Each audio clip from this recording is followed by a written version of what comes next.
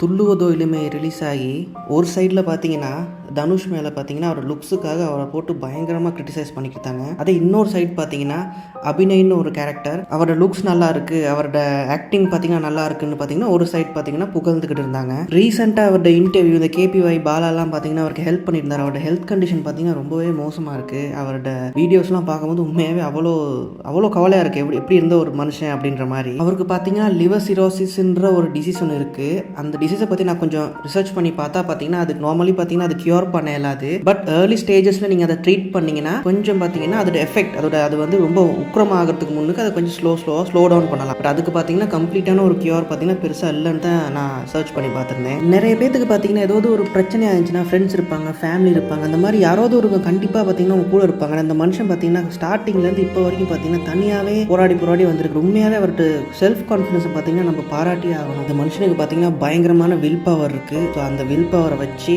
அந்த மனுஷன் கண்டிப்பாக குணமாகி திருப்பியும் பார்த்தீங்கன்னா ஆக்டிங்க்கு வரணுன்றதான் என்னோட ஆசை. ஏன்னா பார்த்தீங்கன்னா அவர் பயங்கர ஒரு உழைப்பாளி, ஹார்ட் ஒர்க்கர். எப்பயுமே பார்த்தீங்கன்னா ஹார்ட் ஒர்க் பண்ணுறவங்க தோக்கக்கூடாது, அவங்க கண்டிப்பாக ஜெயிக்கணும்.